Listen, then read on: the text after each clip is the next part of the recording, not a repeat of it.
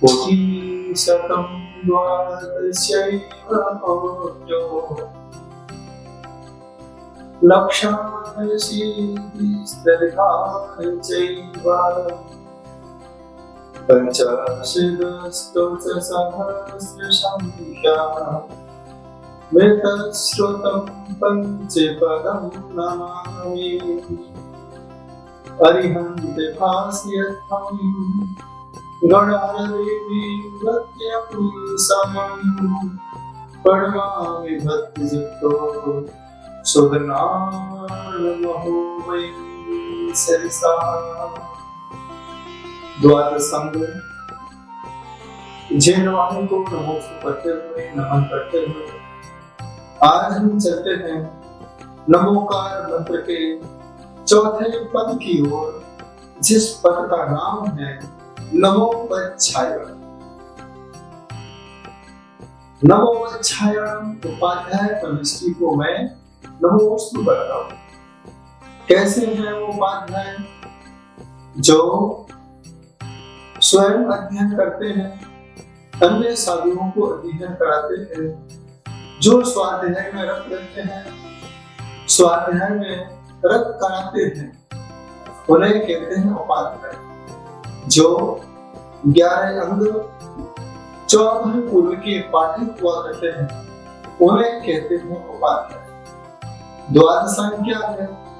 तो चैत आगम में एक भक्ति है, जिस भक्ति का नाम है श्रुत भक्ति। सरस्वती माँ की आप पूजन करते हैं, वहां पर भी हमें द्वादश अंग के नाम मिला करते हैं। वह भक्ति क्या कहती है?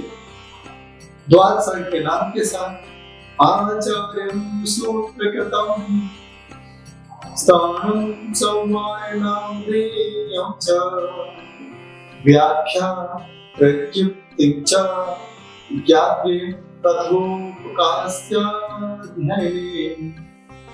वन्दे तद्वित्तस्य मनोतरोपादक रसं दशावस्थं प्रश्नं व्याकरणं हि विपाकसूत्रं च विनमामि। यहाँ पर द्वादश अंग के पूरे नाम आ जाते हैं। सबसे पहले आचारांग विचार, दूसरा सूत्र कृतांग, तीसरा स्थानांग, चौथा समवायांग, पांचवा व्याख्या प्रज्ञप्ति, छठवां ज्ञाति धर्म कथांग, सातवां उपासका ध्यानांग, आठवां अंतः प्रत्यक्षांग, नौवां अनुत्तरोपादिक दशांग, 10वां प्रश्न व्याकरणांग, 11वां विपाक सूत्रांग और 12वां दृष्टिवादांग। ऐसे द्वादश अंग के पाठी उपाध्याय परमेष्ठी हुआ करते हैं। अब यह द्वादश अंग के पद कितने हैं? हर समय दिगंबर आचार्य उपाध्याय और सर्व साधु 3 भक्ति करते हैं हर समय, सिद्ध भक्ति, श्रुत भक्ति और आचार्य भक्ति। यदि श्रुत भक्ति की आप इस पंक्ति को याद कर लेंगे, आपको द्वादश अंग के सारे पद अपने आप पता चल जाएंगे। इन पदों में कितने अक्षर हुआ करते हैं, कौन सा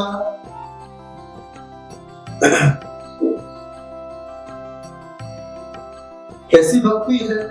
कोटिशतं द्वादशैव कोट्यो लक्षाशीतिस्दर्घानि चैव पञ्चाशदस्तोत्रसहस्रसङ्ख्या वेतश्रुतं पञ्चपदं नमामि।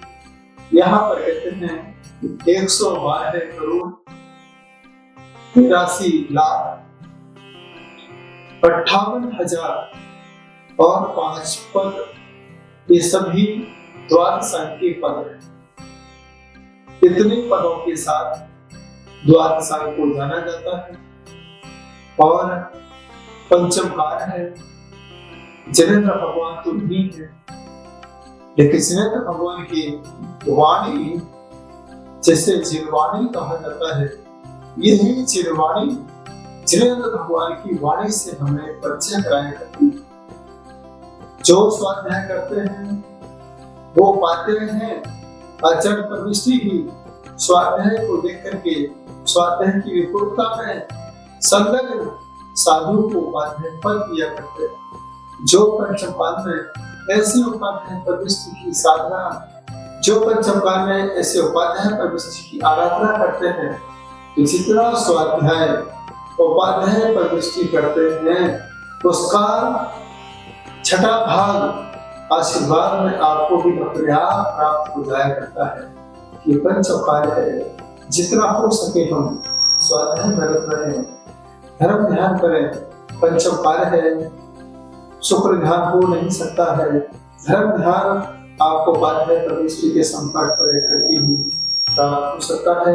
वैसे उपाध्याय प्रविष्टि इस पंचमकाल में साधु बहुत करेंगे, आचार्य प्रविष्टि बहुत करेंगे, लेकिन उपाध्याय प्रविष्टि सिर्फ आपको गिने चुने ही 2, 4 या 10 जो भी गिनती है उतने ही उपाध्याय प्रविष्टि आपको मिलेंगे। आप उनका आशीर्वाद प्राप्त करें और उनसे द्वाद संग का लाभ प्राप्त करेंगे, तब जाकर के आपकी आत्मा का कल्याण हो सकता है। 9 करोड़ महाराजों को नमस्कार करते हुए विषयासाती तो निरारंभो परिग्रह ज्ञान तपोरतस तपस्वी सह प्रशंस्यते। जो ऋषियों की आशा नहीं जिनके साम्य भाव मन रखते हैं, ऐसे ज्ञानी सारे जगत में दुख समूह को भरते। ऋषियों की आशा नहीं जिनके किसी प्रकार के ऋषियों की भावना मन में नहीं रखते हैं, आसक्ति के भाव नहीं रखते हैं, पारंपरिक से दूर रहते हैं, ज्ञान ध्यान तप में ही लीन रहते हैं, ऐसे तपस्वी ही इस पंचम काल में प्रशंसनीय है। 28 मूल गुणों का पालन करने वाले पविरो तेनमे परमहे झाणम, इस प्रकार की भावना साधु प्रविष्टि के अंदर हुआ करती है। 28 मूल गुण कौन कौन से हैं? यहाँ पर कहते हैं पद संदिन विरोधो लोचा वासी वचीन वर्णाना हृदय सेड मनंत वड़म हृदय वड़ वेवत्तचा हृदय खल गुणा समनाम जड़ पंडिता। साधु 28 गुणों का पालन स्वयं करते हैं, अपनी आत्मा में तल्लीन रहा करते हैं। वह 28 गुण कौन से हैं? व्रत समिति, 5 महाव्रत, 5 समिति, पंचेंद्रिय रोध, 7 आवश्यक और 7 विशेष गुणों का पालन करते हुए हर साधु 28 मूल गुणों का पालन करता है। सबसे पहले है 5 महाव्रत। अनुव्रत होते हैं जो श्रावक पालन करते हैं, महाव्रत होते हैं जैसे ही महाव्रत आ जाता है हिंसादी आदि 5 पापों का 9 कोटि से जो त्याग कर देते हैं उन्हें यहाँ पर महाव्रती कहा जाता है। 5 महाव्रत के नाम आप सभी को मालूम है, अहिंसा महाव्रत, सत्य महाव्रत, अचौर्य महाव्रत, ब्रह्मचर्य महाव्रत और अपरिग्रह महाव्रत का पालन एक साधु प्रविष्टि किया करते हैं। 5 समिति हुआ करती है। ईर्या समिति ईर्या से चले, 4 हाथ देकर के चलते हैं। भाषा समिति, फिर प्रिय वचन बोलना, अपने वचनों से किसी को बुरा ना लगे, ऐसे शब्द साधु अपने मुखारविंद से निकाला करते हैं। साधु के शब्द नहीं निकलते हैं, जब साधु बोलता है तो चिन्ह आगम निकलता है।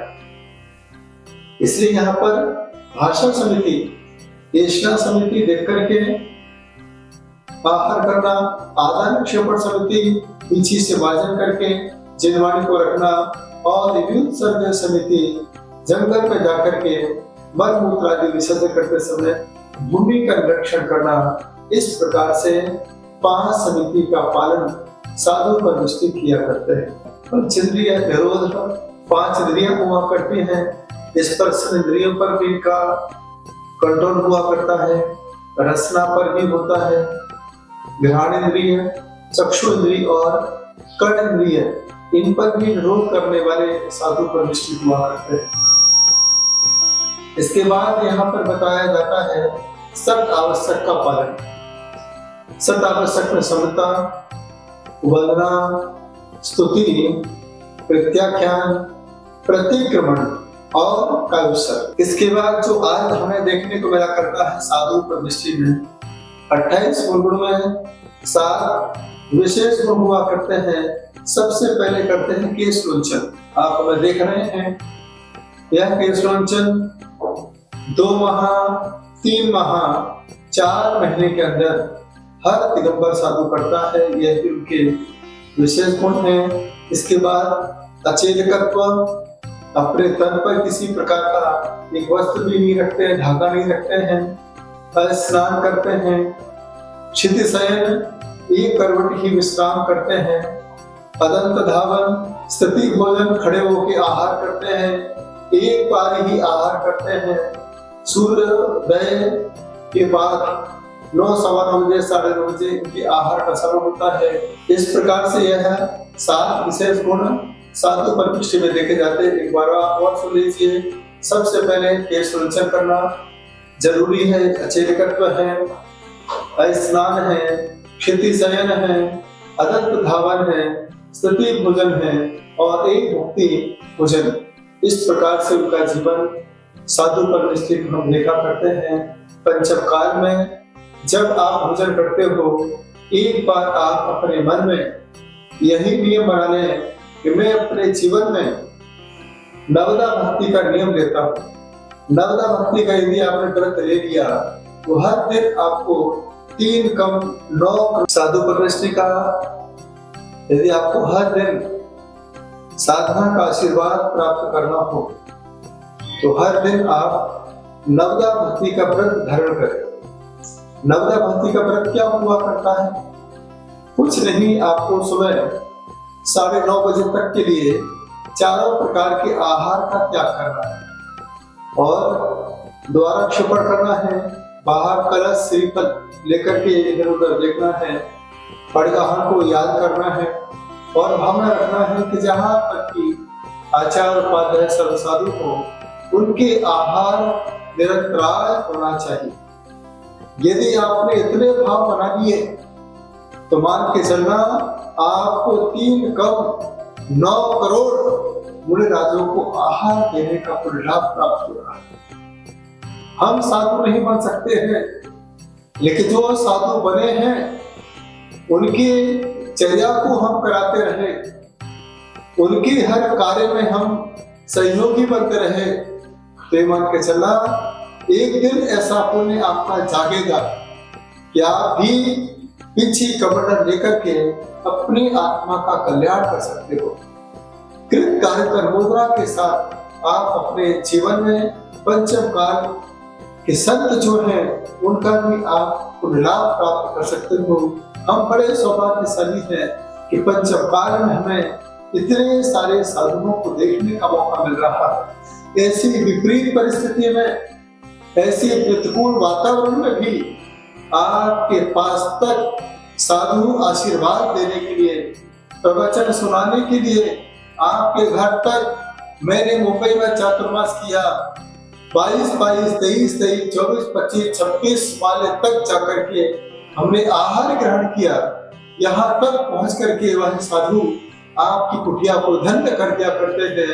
याद रखना, आपने कितने भी अच्छे घर बनाए हो, कितना भी बड़ा बंगला बनाया हो, कितने ऊंचाई पर फ्लैट पर रहते हो, लेकिन वह घर नहीं, शमशान के समान हुआ करता है। जहां आपका घर बना होगा, क्या पता पहले वहां शमशान भी रहा होगा। हर दिन न जाने कितने जीवों का घात होता है, मरण होता है। आपका घर भी शमशान से कम नहीं है।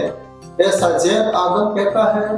पद्मनंदी आचार्य पद्मनंदी पंचविंशति का ग्रंथ में कहते हैं कि जिन घरों में एक बार साधु का आहार दान हो जाता है वह घर घर नहीं, वह घर साक्षात स्वर्ग के समान हो जाया करता है। वहां की वर्गणाएं अपने आप दिगंबर ही दिगंबर हो जाया करती है।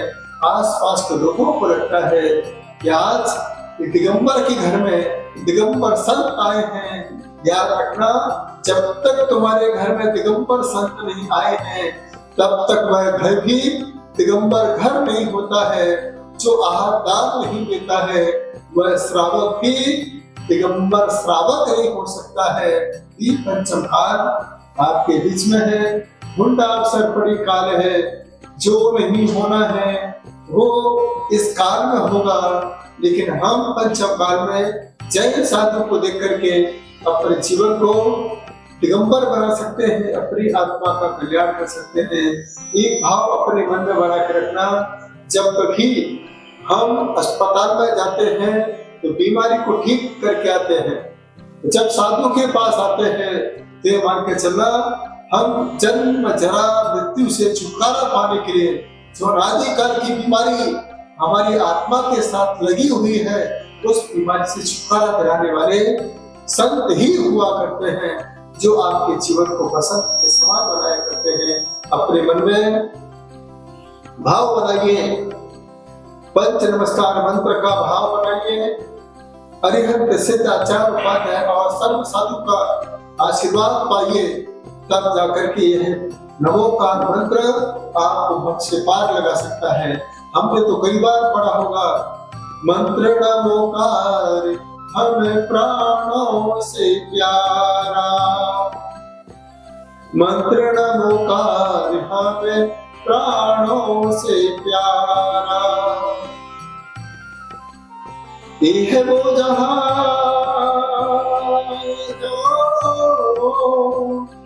यह वो जहाज जिसने लाखों को तारा, मंत्र नमोकार हमें